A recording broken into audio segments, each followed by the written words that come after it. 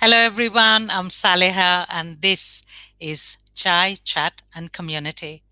Joining me tonight is Dr. Harminder Singh, a financial professional who will teach us why financial literacy is so important. Hello, Harminder, and thank you for joining me. Hello, Salaya. I won't be teaching you. I'll be just introducing few concepts. Okay, that is teaching because Teaching financial not at this literacy. time. Teaching not at evening. I've finished Okay, my week. you finished your week. All right. Um, so before I bombard you with questions, because you know I have a lot of them, let's start off with tell us something about yourself. Oh yeah, I'm Harminder Singh. I'm an academic. I've been teaching at Deakin University since 2004, and my main area of interest is finance as such. And within finance, I teach corporate finance, I teach investments, I teach international finance, and as far as your research is concerned, we explore how stock markets move, how prices move, how volume moves, how volatility behaves in stock market, what factors investors take into consideration while investing, how CEOs are remunerated, how directors trade, do they trade in their own stocks or not, how hedge funds behave, how mutual funds pick the stocks when they offload the stocks. So these are some of the areas in which we continuously research, try to understand new concepts, try to understand new data, try to educate investors, try to help the policymakers also in this domain. I work some on banking area also. That how do banks come across non-performing loans?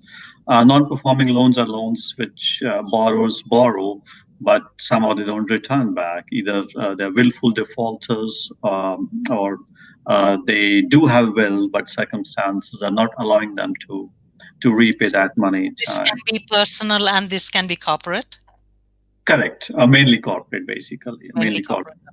Correct. Yeah. Okay. And you write for SBS. Oh, at times, yeah, at times I do write for them. So, Okay, so this is my question. Why do we need financial literacy? Why do we need to be literate about finance? And if we are not, does it hamper our lifestyle, our family lives, and maybe um, doesn't do a lot of good in our marriage or relationship with our children? Because that's also a big thing. yeah, I mean, finance is backbone basically of life. I mean, can we live without finance? I mean, can we think of a life these days without finance unless we are thinking of living in Himalayas or in jungle somewhere? So, financial literacy is it's kind of saving money is equivalent to earning money. So a lot of tendency of people is to earn but not to utilize that money properly.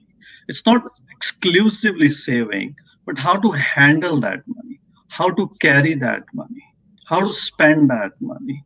Are we literate enough in these things or not? Do we know where our money is going? Do you know from where our money is coming? Of course we know salary is coming. Yes. Can we bifurcate our salary? Do you know that what sort of deductions have taken place? Are these the right kind of deductions or not? I mean, do I understand these deductions or not? Do I normally talk to my HR that what this deduction is? I couldn't understand. Are these deductions taking me somewhere? Is tax being correctly deducted? Is super being correctly charged on my salary or not? How I'm progressing? Where will I be in 5 years' time, in 3 years' time, in 10 years' time, close to my retirement? I think these are important concepts. Some people take it very lightly. Oh, it's very easy, don't worry. And some people say, oh, it's not my headache, it's my employer's headache. I trust my employer. That's okay. I mean, I'm not saying that it's a matter of trust or distrust, but it's a matter of how much you are aware. It's your hard-earned money. So Absolutely. you are the best custodian of your money. No one else is custodian of your money. No one has to look after your money better than what you can look after your money. Unless you're multimillionaire, you do have specialists, be it financial analyst, be it finance managers looking after you, be it your personally hired portfolio managers, that is separate issue. But otherwise, for a common man, understanding of money is very important in life. The next question within this question was that do they affect what was your question? Do they affect Our relationship? relationship and our lifestyle. Yeah, of course. I mean, uh, in the modern life, the basis of relationship is also changing. The new basis, I'll say. I mean, the financial strength of a person, the financial muscles of a person are very important. Even starting a relationship, fortunately, unfortunately, these days. And this sort of support, financial support, is maybe slightly less than emotional support. But imagine a life without financial support, just having emotional support in your relationship. So this is important. It's not a matter of that both are earning, it's a matter of both are understanding the money or not, both are understanding their financial inflows and financial outflows. Both are whether responsible in relation to spending money, in relation to investing money, in relation to understanding money. So, yes, of course, in modern life, lot stories that relationships fade away, relationships lose their charm because of money. Uh, yes, honey goes other way because of lack of money. But again, you need to understand that also. Once both parties understand, then at times these sort of uh, breaks in a relationship can be said, which occurs exclusively due to money. Thank you. So we talked about, both the people earning or one person earning. So let's talk about the most basic thing that we get when we are earning, our salary slips. Along with it, the taxes that are deducted and the super that that our employer should be paying into our super fund. So what are we looking at when we are looking at our salary slip? I mean, very basic things. You have, let's say, if you get a fortnightly salary, I mean, is it being paid to what's been promised? And if it's been paid to what's been promised, particularly at the initial stage of your career, that's the most important time. And do you understand that? I mean, can you make it out that okay, this much is your annual salary, how much it should be per fortnight, and this much should have been tax which has been deducted from, and whether this tax is correctly deducted or not, and this much superannuation would have gone, and this much some other charges, maybe you pay for your parking which has been deducted Yeah. from your salary, or some other deduction which comes out of your salary.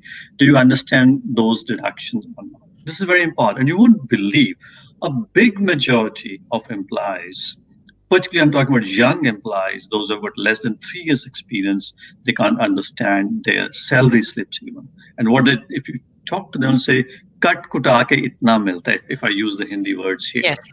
So they are more confined to what they get. They don't bother anything over and above. It's their money.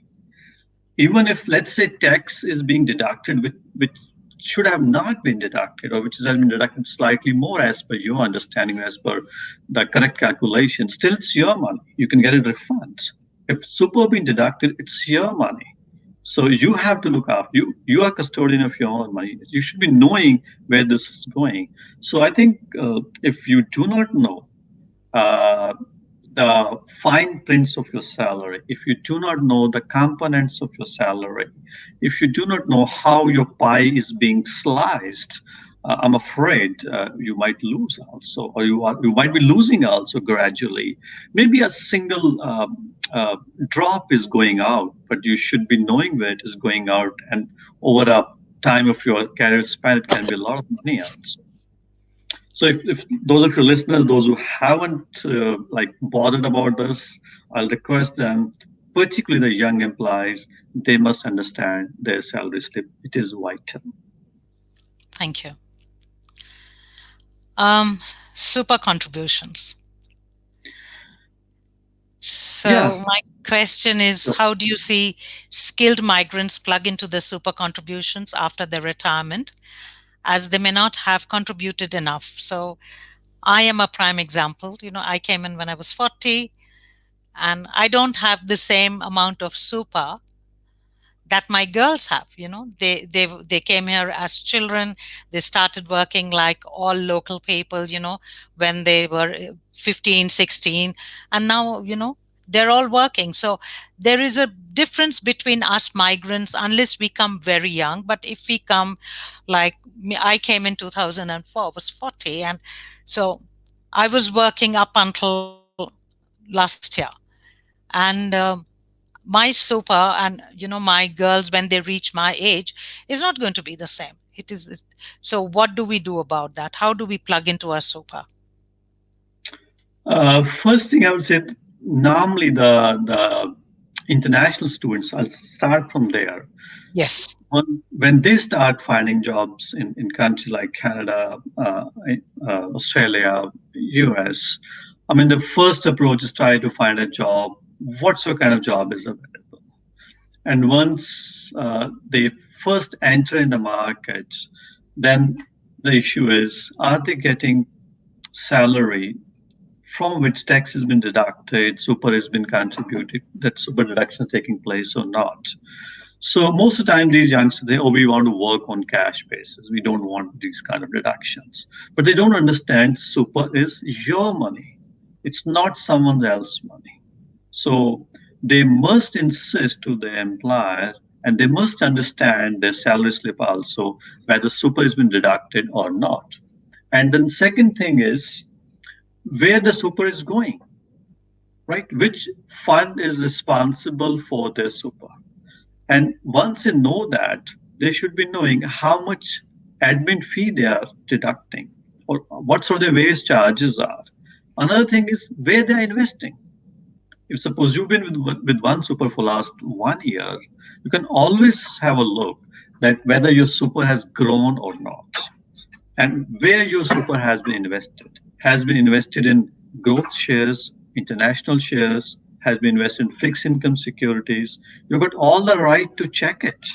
And these days, I mean, gone are those that you have to give a call to Yeah, superannuation. Everything is everything is available online. Yep. fingertips.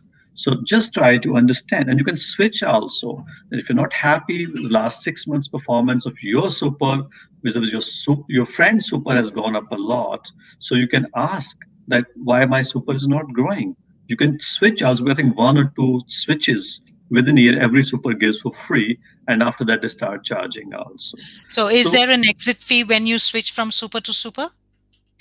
There is no exit fee as such, because rather governments are encouraging for quite some time now that you should consolidate your super. So there might be, I mean, not I'm not sure now, but few years, say 5, 7 years ago, there were some employees that are having their funds in 6, 7 supers. And to me, if you're having a small amount in some supers, you're wasting your money because their fixed admin charges are pretty high. So your growth of your funds may not be as much as the charges being deducted from your super by those funds. So you should try to consolidate your super in one or at the most two superannuation account or two funds as such. Yes. For sure, not more than two. Okay.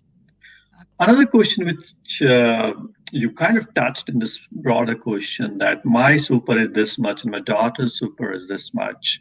So there are two very simple things here. How much, how long you have been in job market in this country, and how long your girls have in the job market in this country, and how much you were drawing when you were doing job, and how much they are drawing when they are doing job. On top of it, the more the number of years that money stays there, Yes. it grows also, right? So if your girls have started at the age of 15, if suppose now she's turned 30, so for 15 years she might have enjoyed a return on that on that superannuation funds, on that her own savings basically, which is tied in that particular super funds. So that's the main issue. The money grows slowly but for surely. In some years, some super funds give as decent as a 20%, 18% return. Some odd Wow. years, yeah, of course. In some odd years, you might go negative also. And if you design your super in such a way, you may not go negative at all. It's all you have to understand which sector is growing and which type of investor you are. You So might how be do they get to know this?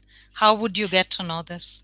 just go on their super site, right? So every super provides the login details. Yes. So try to play with that, try to understand. If you don't understand, give them a call. That's the job. It's your money, right? They are looking after your money. So they're your jonkidars basically. But don't Yes. give too much power to them, right? It's your money basically. So the more you try, and then most of the supers they run free seminars also, once in three Okay. months, once in 2 months, and these days a lot of these webinars or seminars are online also. Try to make best use of these seminars. These are vital. So super is your money. Be custodian of that. And particularly international students, when they leave this country, and if suppose they've worked here, they don't take their super with them. They must take their super with them. Now, I'm giving you a figure. You may or may not believe it's a true figure, come from Australian Taxation Office. That last year, Australian Taxation Office was, or rather, Australia was sitting with $13.8 billion in Wow. unclaimed super. Wow. $13.8 billion. And a lot of this money belongs to temporary residents. And this temporary resident might be a businessman, this temporary resident might be an employee, this temporary resident might be an international student also. So imagine if a student worked, let's say just 20 hours per week, right? And I'll just give you back of envelope calculation. In 20 hours per week, if he, let's say, earn $25 an hour, it means his or her earning is $500 per week. Yeah. And if we take 9% superannuation, that 9.5%, that comes to 47 and a half, let's say $50 per week. So $50 per week times 52 weeks in a year, let's say close to $2,600. If he works for 2 years here, his total stay was 3 years, that's close to $5,000. Yes. So once he goes back, if he is not well informed, his money stays here. And government is looking for these kind of people. Government doesn't want to take their money with them. But what happens? It's very hard for super funds to trace these students because most of these students give their university email ID. And once they leave university, I think after a few weeks, that university ID doesn't work. And most of these students give the local address, the address where they were renting, the address where they were living with three, four more friends. So it's very hard for super funds to chase. And then super funds have to report to ATO that we are sitting with this much of unclaimed superannuation. So if any of your international students listening, or if they're leaving, or they've left, or they're in the process of leaving, or some of their siblings, their friends, please take your money with you. If you don't have any intention to come back, then please take your money with you. This is your money. This is That's another thing fantastic. which is important. I have a question for you, Harminder. Yeah, Thank you for watching, Jaya. So, Jaya is the president of Indian Care. I Uh, see. have you got any tips about how to invest ethically into super funds? Yes, some super jab, they do make some ethical investments. Rather, these days, almost every super has got uh, some small portion in which they invest exclusively in the ethical funds. So, a lot of research has shown that ethical investment earn slightly less than a normal investment, but the kind of phobia earlier people had that once you start investing these ethical funds, your return is going to be hampered by a good 7-8%. It's not like that. Marginally less return. Most of the research has come across maybe a 1% or 1.5% or 0.75% less than the mainstream investment. But these ethical investments have been hovering around in Australia it's around for 15 years now, because one of my honor students did some research around 10 years back on this. And I think we managed to publish that paper also. So why not? You should go all the way for investing in ethical funds. Most of, if not all, most of super funds, they do have their branch for ethical investments. Can you explain what ethical investments are? Oh, that's a good question. So it's very hard to define ethics as such. So whatever you think Do we have it morally anymore? correct. Okay. Yeah, for No. sure. In US, researchers call sin stocks. So the stocks which are related to some sin, SIN. So let's Wow. say if your funds invest in gambling industry, your fund invest in liquor industry. So these kind of industries are prohibited because these are considered sin stocks. Yes. So though that was a separate story. The sin stocks give more return, so why not to invest in sin stocks? So the ethical investment is mostly these days ethical investment is getting the color of sustainable investment also, Yeah. that the investment which you're doing for more of your sustainable reasons, be it for energy, be it for fuel, be it for Climate. your greenery, be it for Yeah. climate.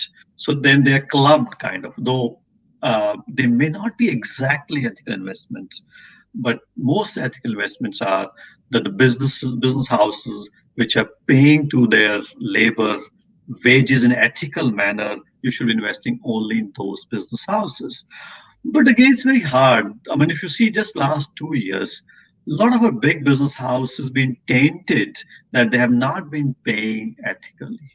So a lot of Yes. big We know who you're brands talking names about. Yes. came.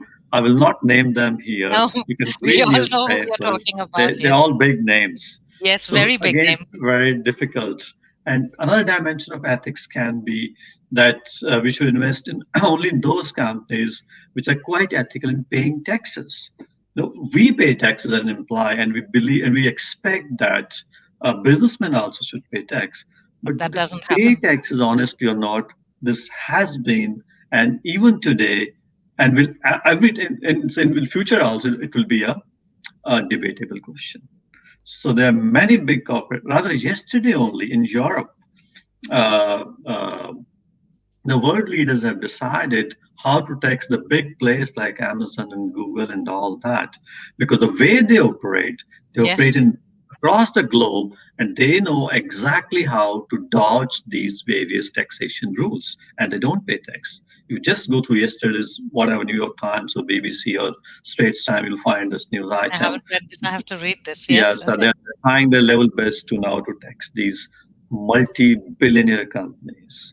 So that's the dimension of ethical investment, that the companies who pay taxes ethically, who pay the wages ethically, they procure raw materials ethically. So just to confine your investment to those kind of companies, and these companies are being identified by these mutual funds or by these superannuation funds, and you as an individual investor can divert your money towards those funds. Thank you. I learned, see, this is something I did not know. So now I've got to go and see. I know where my super is invested, but ethical investments, I didn't know. So thank you. Um, Big question. Australian I'll give dream is. small answer then. Our big question is mortgage. All of us want to own our own houses. I know living in India, and if you lived in cities like Bombay, Delhi, there is, and if you were a professional and did not inherit your own houses, you would never be able to buy one. And it would take you years. You know that. I mean, everything is so expensive. However, here you can buy your own house or build your own house. So we're talking mortgage, utility bills, and credit card. What do we do to get the best deals? Shall we start with mortgage or shall we start with credit cards? Sure, we can start with mortgage. Okay. So, of course, I mean, owning a house is a dream of everyone, I suppose. Yeah. Uh, so, the way you mentioned India, it was very difficult earlier. Earlier, if I just go 2 decades back or 25 years ago, interest rates were very high in India, Yes. right? At that high interest rates, I mean, 12, 13, 14% interest rates were in early 90s in India. So it was very, very difficult to borrow at those kind of interest rates. A. B, in India at that time, banks were not that liberal in lending to employees unless employees foot the bill of 50% of property.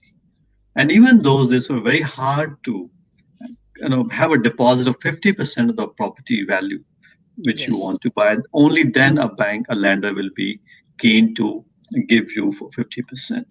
So that was another problem at that time in India. Third problem in India at that time was the title of properties. The titles of properties were not very clear. Only property which is in which you have a registry on your name, which is registered under your name, or from whom you are buying that property, these lenders, big lenders, be it State Bank of India, Canara Bank, Punjab National Bank, they used to give only on those kind of properties. In cities like our metro cities, be it Calcutta, Madras, Mumbai, Delhi, not all the properties were on those kind of registered domain. A lot of flats and apartments were on like first party, second party basis. They were Yes. on some other's name and been transferred. And And in then tier black and white. Yes, and the black exactly, and and in black and white. white issues also there, which we should not touch a lot here. Let this to be black and white. And then other issue in our tier two, tier three, tier four cities, again, titles were not clear because that was kind of fagging end of a joint family system. So Yes. if a house is being sold to you, let's say a house may not be very big, but the ownership of that house would have been three, four names, and it was very hard for a lender, for a bank to find title that okay, whose name this house actually is. So our titles were not very clear. So that was the problem at that time. But as of today in India, things have become much better. A, interest rates have sharply declined. B, in India, the banks have started giving loan on floating rates, which were not an issue even 20 years ago. C, a lot of new development has taken place. D, from mid 95, I'll say, since liberalization has started, a lot of new economy jobs have come, which when we were growing up in India, we have never heard those kind of jobs. Yeah. And some of those jobs are well paying also. I mean, IT sector was not in existence at that time. BPO sector was not in existence at that time. Insurance was only in government hands. There was no private insurance at that time. Service sector was on the name of service sector. Barely few organizations were there. So things have changed a lot. So that's part of it. Okay, here if we come, that if people want to, if people have already bought their houses, it's been 2 years, 3 years, 5 years, 7 years, they've been paying mortgages. So it's very important they should understand how much interest they are paying. First thing, I mean, do they understand how much interest they're paying or not? Second thing, have they borrowed at fixed or floating? When should they stick to fixed? When should they stick to floating? When they Is can wait floating for. also known as variable, or is that different? Correct. Floating is variable. Correct. Okay. Yeah. Absolutely.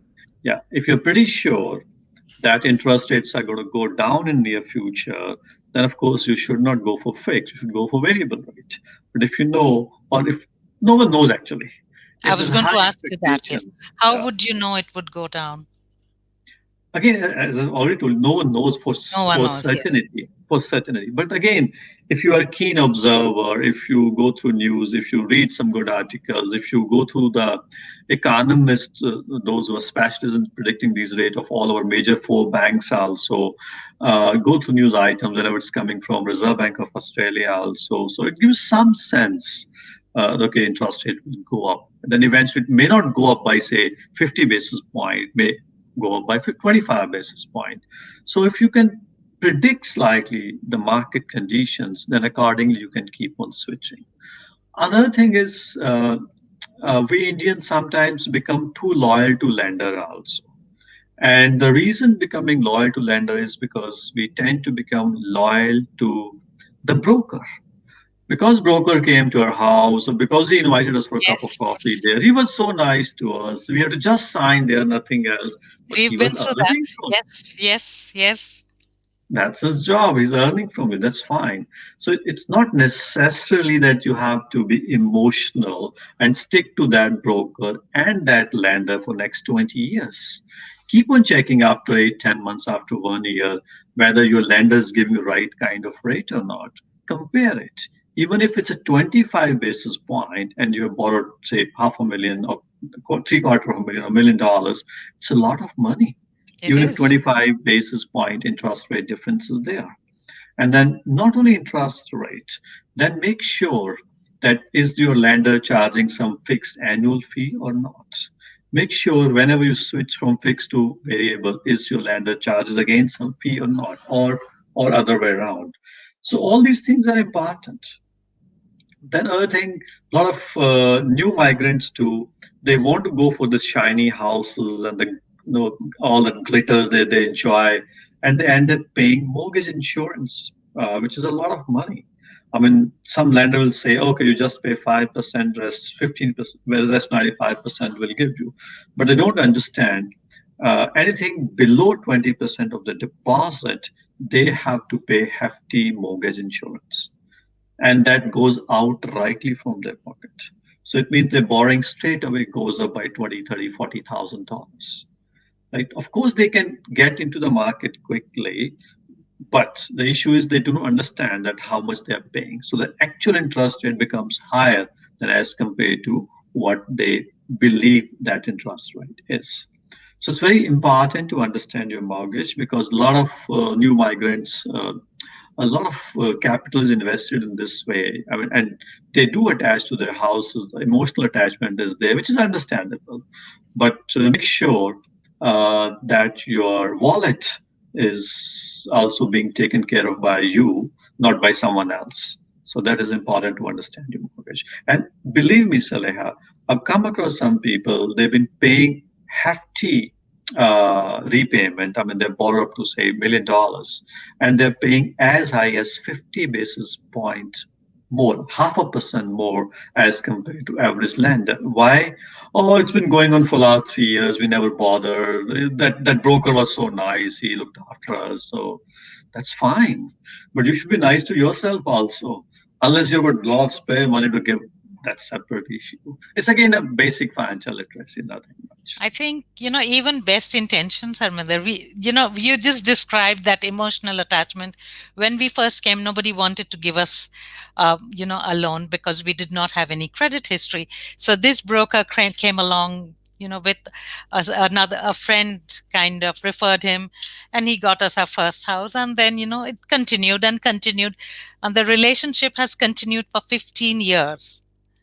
And last year, my husband's like, we need to see what's happening. And we went straight to the bank and we got a much, much lower interest There rate. we go. There we And go. it was, we were so sad that we believed somebody. He never told us that we could get a lower interest rate from the same bank.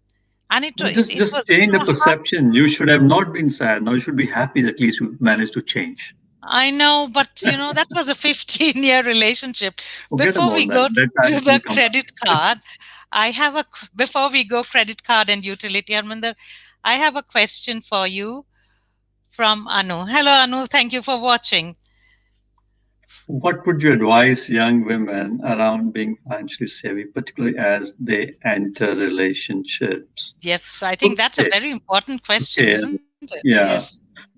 Again, understand your money, right? If you are earning, it's your money, right?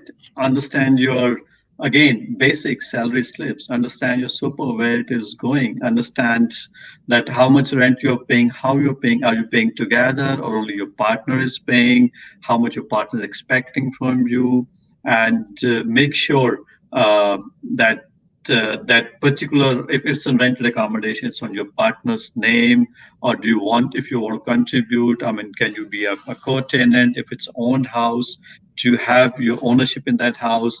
Even if it's, let's say you're contributing 25%, whether do you have 25% worth of ownership in, like legal entitlement in that property or not? Then understand your utility bills also.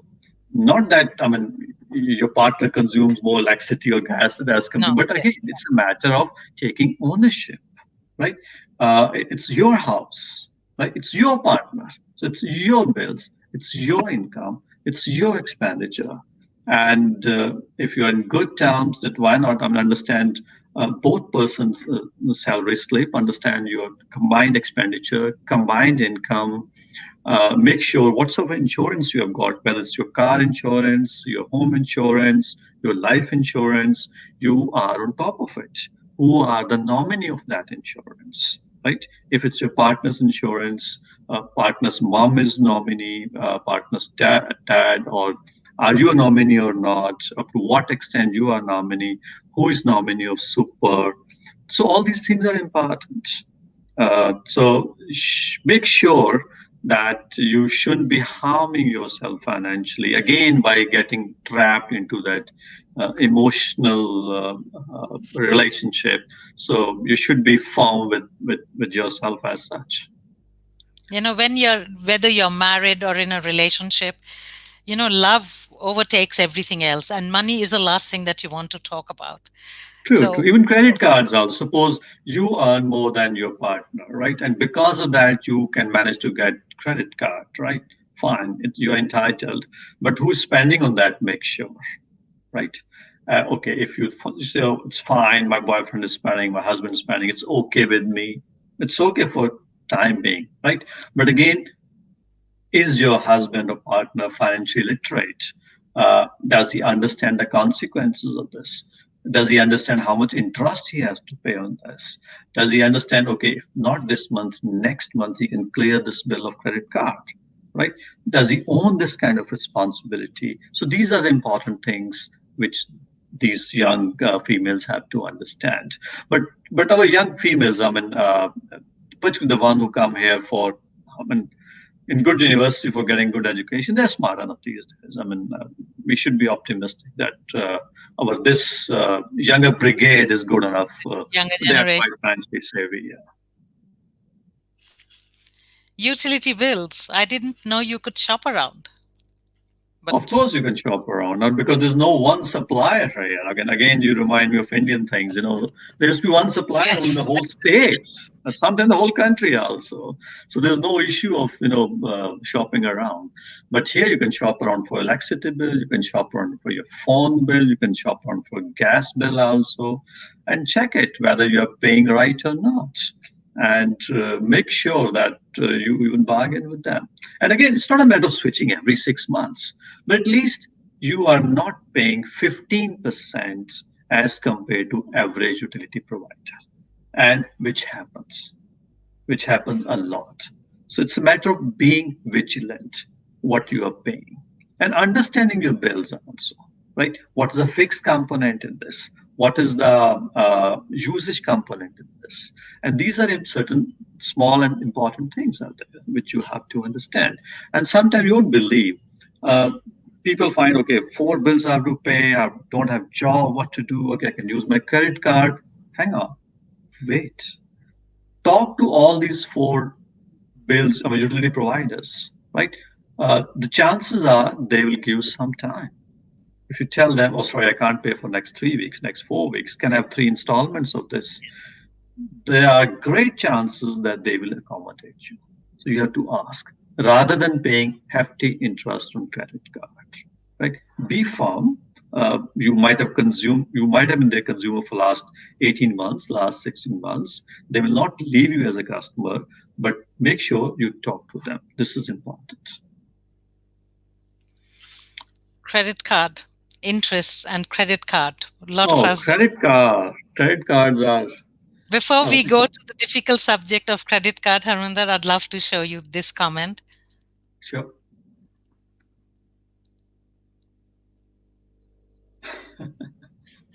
Thank you, Anu. Thanks, Anu. Thanks, Anu. Thank you very much. Credit cards are uh, weapons of uh, Mass mass destruction. financial destruction, I will say. Financial. So the easy allurement is there, and the flashing credit cards on say, uh, Myers or where not. Sorry, I shouldn't name any Yep. Yeah, but we know. departmental store here. But mind you, there are hefty interest rates on credit cards. I mean, on average, in Australia, even today, you'll find credit card providers are charging from 13 to 21% interest rate, which is massive, absolutely massive. And accidentally, if you use your credit card for withdrawing even $100 from our Oh my ATM, on goodness. top of it, I mean, that 20% or 18% will start charging only from that particular time when you withdraw. And there'll be some withdrawal fees also. So by this, and a lot of pressure by APRA, Australian regulatory authorities, there is some pressure by Reserve Bank also that these credit card providers, they have to reduce their credit card charges, their credit card interest, because bank rate all has come down a lot. I mean, these Yes. credit card companies were charging, say, 23% when mortgage rate was 7%. Now, mortgage rates are hovering around 1.8%, Yep. and they have not reduced that much. They've barely reduced 1% or 1.5%. And another thing is, why are you going for credit card? Even if you need $10,000 for holidays and you are tight, but you do have small amount of equity in your home, Yes. why don't you That's go what. for personal loan? And personal loan, you will get it at least 50% less than average credit card interest rate. That's a massive saving. If your credit card provider is charging 16%, you can get personal loan easily from any bank these are 8%. And that is again for them, those who can't take small money out from their equity. And you can take it from your equity from your lender, that's barely 1.85% or 2%, 2.25%, rather than using credit card and end up paying 18%. And a lot of time, well-educated people, they talk, oh, Harminder, last time I couldn't pay my credit card bill. This time they put this much fine and I have to pay this much interest also. It's just I forgot. Maybe, right? It's a human tendency. You might have forgotten also. So you have to understand the consequences also. Credit cards are very good as long as you know how to utilize them, how to use them, as simple as it is. I'm not discouraging people not to have credit cards, but again, you should know how to use those credit cards. That's And I important. think also have a smaller amount. I think the smartest thing my daughter did was to have a credit card for $500, and that's for Yeah, emergency. exactly. Yeah, You because know, certain items we can't buy these without credit cards. Certain subscriptions online are shopping they with are young people. exactly, exactly, exactly, What would they do without it? Yes. exactly. Um. So next one, we are talking about a will. And I told you I don't have a will, and you said you had a will. So, how important is it to have a will? Should It's and very, when should we start drawing up our will? it's very important. It's it's uh, it's never early for a win, right? If you think, oh, I'm in Even as early a single 30s. person? If a single person wants to give that money after his death to some charity, even then I will say will is important. If he doesn't want to give that money to his family, so that fellow needs to have a clear path. If I die tomorrow, where my money should go, and wherever it's a sweet wish of that fellow, right? Where his money, where he or she wants his or her money has to go, but it should be clear, it should be documented, it should be in will. Otherwise, suppose unfortunately someone dies, right, and his partner has to struggle a lot to get that money, and a lot of money is being like eaten away also, and that money goes into waste out, and then from running from pillar to post, all sorts of complications come across. So as early as you can get will is good. Second, you can change will as many times as you change your clothes, as you change your shoes. There's no restriction on that also. Of course there's some cost in that involved, but you can change your wills as many times as you want. But it's very important to have a will because once a person dies, the people, those who are after him or after her, the children or grandchildren or partner or parents, they struggle a lot. In this country, rules are not that straightforward that, oh, my husband died, can I get all this? No, because whatever is on his name should be given to me. Things are not that clear. It doesn't cost much. Well, I'm not sure how much. I mean, say You can get one $400, online. say $400 plus minus, and you can get from post offices also much cheaper, right? I think. But again, if you sit with some will experts by paying this for $500, they explain you a few things in a better manner also. And like a lot of things are there. Your house, your household items, maybe your investment property, maybe your shares, maybe your super, like certain things even we don't count. I mean, your car, I mean, your other belongings, your for females, your expensive jewelry. All these things are important. Imagine how your kids will all of a sudden have to manage all these things, which on given day they think all belongs to them, and next day, suppose you unfortunately, uh, pass off, and then all these things they have to struggle and struggle a lot to get these things, and they have to prove a lot many things. So for sake of your kids, for sake of your partner, you should have will as soon as possible. Thank you.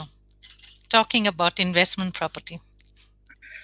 Oh, that's a So, catch. first thing that we do as migrants, we build some equity in our house. I'm sure you've done it, we've done it. I know most of my friends do that. We buy an investment property. Negative gearing is amazing. Negative gearing. Every election, we hear this negative gearing thing, and then it dies down come election. So, most migrants I know buy investment properties. Is there something better than investment properties to grow your portfolio? Look, as long as property prices keep going upwards, nothing bad in investment property, right? But in properties also, a time comes, say after every 10 years, 4 5 years comes, that property prices don't go up at all or barely go up equivalent to the amount of interest which you're paying.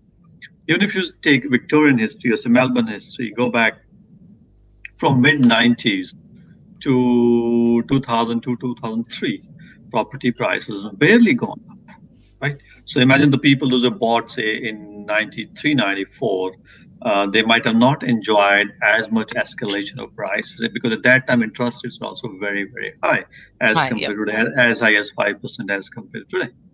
So it's not that every time property prices are going to go up, one thing for sure, right?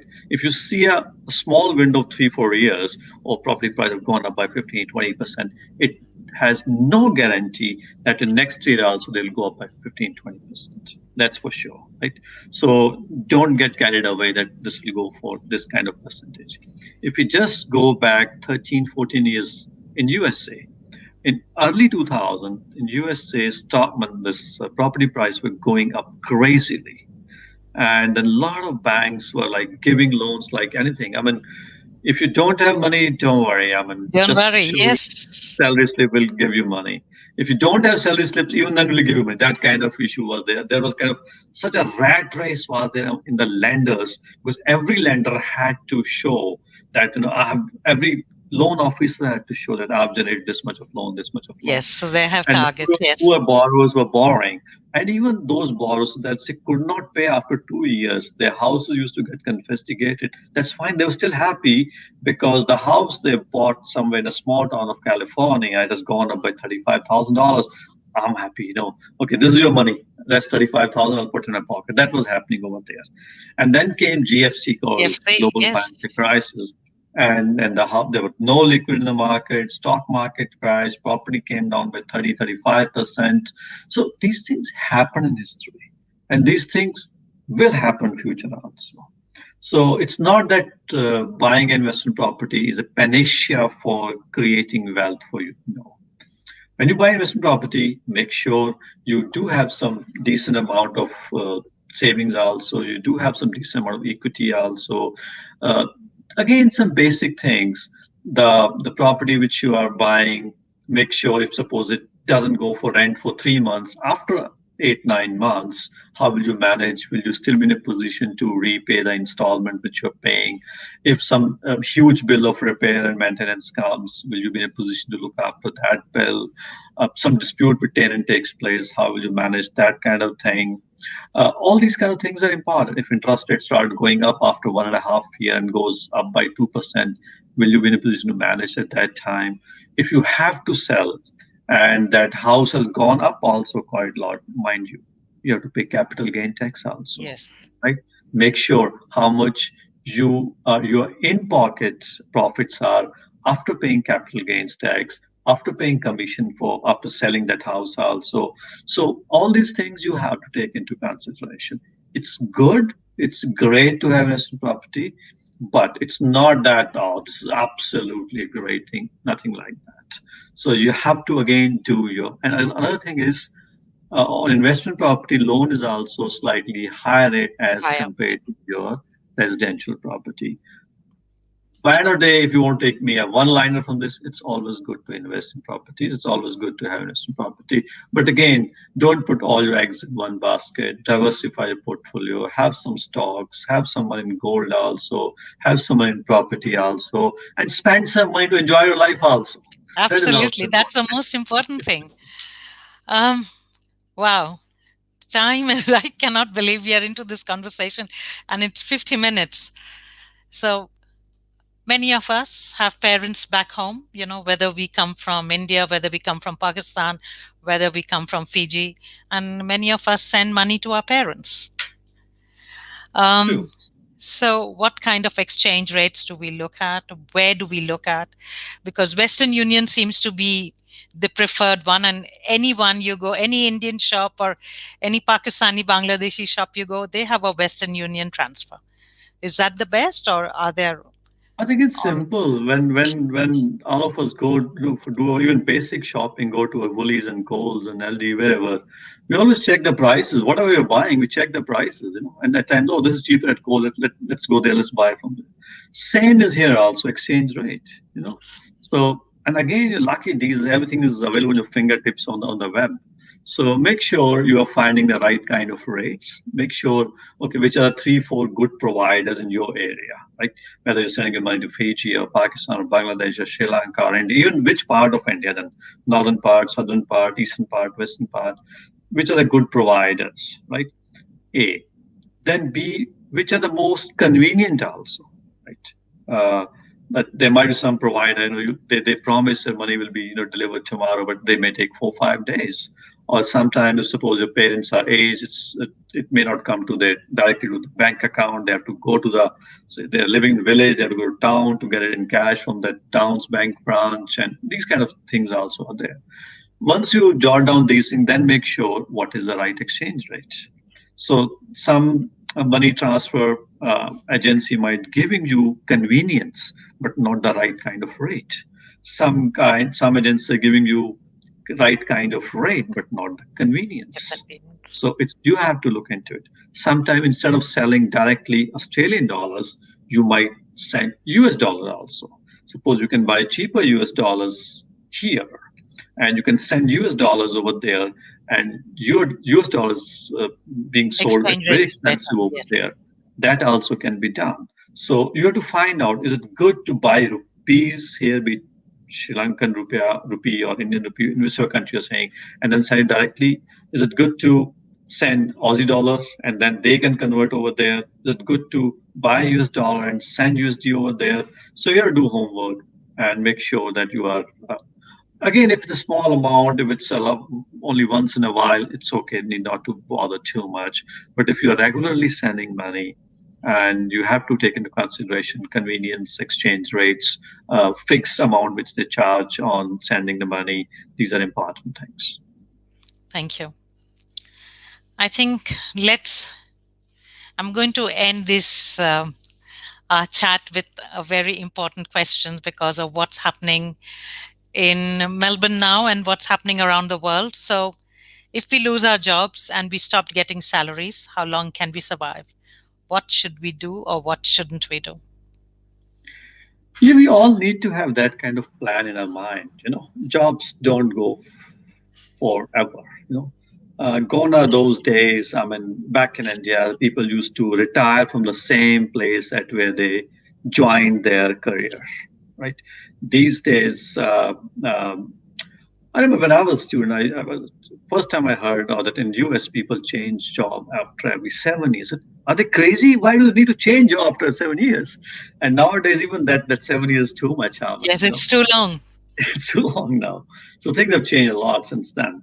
So yeah, make sure that if you feel like it's kind of if accident happens tomorrow, you know, uh, that kind of thing, this physical accident, I mean, happens with you, how will you move on in your life later on? Same thing, there can be financial accidents, right? Uh, Retrenchment might be there. The company which you are working, the company has been merged with some other company, and they don't want the existing employees. And recently, a lot of people have lost their job either because of restructuring or you name anything on the name of cutting jobs off. So make sure some calculation in your mind. How long will you survive? Do you have enough savings? Can you get money? Can you liquidate some of your asset? Can you sell some of your shares? Right? Can you borrow some of your amount?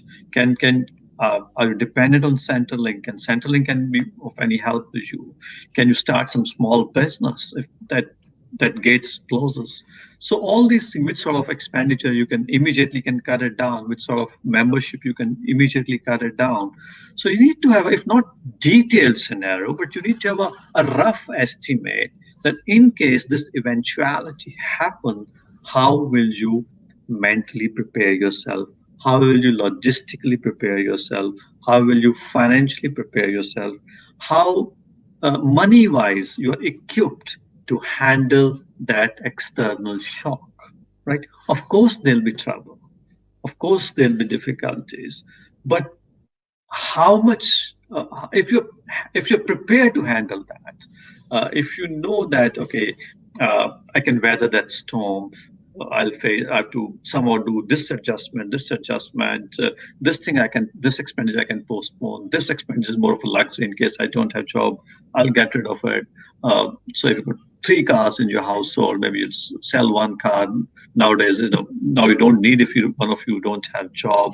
So all these kind of small things, you need to have some idea. And once you prepare that, okay, for these many months, I can easily go, whatever months, maybe 3, 6, 8, 9, 10. And then again, you can think, okay, this is a time in which I shouldn't be over worrying. And then I can definitely find another job. I can start something else also. I do have enough skills. And market also will get better by the time. Be optimistic. It's not only your skills matter, it's the demand of market also matter. Market's demand has become sluggish because of pandemic. Market's demand will not be same for years to come. Market will change.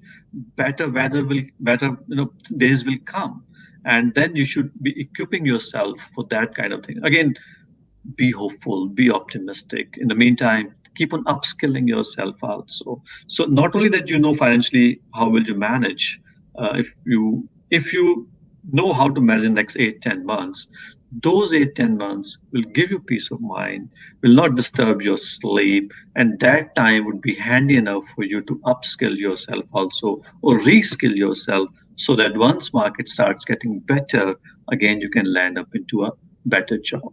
That's what I'll say on this account also. But again, make sure that you have got that kind of you're mentally prepared for that Yes. also, And because that kind of savings also, yeah, isn't it? these financial accidents, they do happen. Right? Yes. We have seen not only just this pandemic. Keep going backwards. You'd see those who were working in Manhattan in US at that The time when GFC. 9/11 was there. Um, those are from India. A lot of riots have taken place in the past. Sometimes war takes place. Sometimes times like GFC comes, and now this pandemic comes. So these things keep coming. I mean, not very often, but they do come in our lifetime, maybe 2 times or 3 times or 4 times, and we need to prepare for these kind of things. Thank you. Harminder, don't go as yet. I have a question from Jaya. uh, Uh, there are many courses. I mean, Indian government have started some courses here in Australia. Also, some courses are there. Again, it's just very broad umbrella. If you just can, give me the target, like are these women are implied or they're so not let's implied go to anywhere. both. Let's say, let's say we're looking at women, and this is me saying, I don't know what Jaya has in mind. She's listening, so I'm guessing Jaya will write in right now. So if you were to suggest a course for young women with two children whose marriage is broken up in Australia, where could they find literacy, financial literacy courses? And then we can But come to newly arrived migrants, who don't know about super, because super is called different things in different parts of the world. In India it's called provident fund. I don't know what it's called in Pakistan or Bangladesh or Sri Lanka. So it's called different things. So where can they be get this financial literacy? I'd love everyone to hear your chat. I wish that were possible, which is why I put it on YouTube. But I think many organizations in India, also organizations like Reserve Bank of India, take an initiative to start this financial literacy, and they do have various programs on financial literacy. Just Google RBI financial literacy. Here, what about APRA have Australia? Yeah, APRA. APRA, Okay. Yep, yeah, APRA. have I know. Yep. introduced financial literacy program. Various banks also have started financial literacy program. They highlight these things not too much because they don't get much profit out of it. They highlight their mortgages and all that, Of course. their home loans, their car loans, their insurances. But the good thing is that these banks also started the financial literacy programs. Some councils also run financial literacy programs. So they do have we do have free financial literacy programs also here. Need not to pay a lot. They are financial literacy. If you want to exactly probably give me a day, I can give you three, four good programs. I can email you, Perfect. and you can put on That'll be your, fine. yeah, on your web that Yes. these are four or five best outlets. Because financial literacy for young lady in Western Australia, their requirement might be slightly different as compared to a young lady with one kid or two kid who has spent her majority of life in India and recently came here 4 5 years ago, and she's gone through divorce or separation. Her requirements might be still different because she may not be eligible for certain things from Centrelink Yes. as compared to a young lady in Western Australia or South Australia. So that's why some tailor-made approach should be required here, and I can go through that, which is the best tailor-made approach for That'll this be kind fantastic. Yes, that's what Jaya was asking. She said women of. in troubled relationships.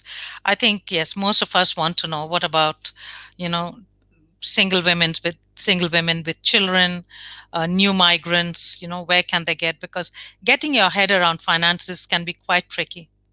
Absolutely, absolutely. Harinder, thank you so much. My This pleasure. has been amazing. Thank you, and I hope to have you again For before the sure. end of the year. For sure. Anytime. Okay. And Bye bye. thank you all for watching. Good night. Bye Stay to your safe. audience also. Bye bye. Okay. Bye.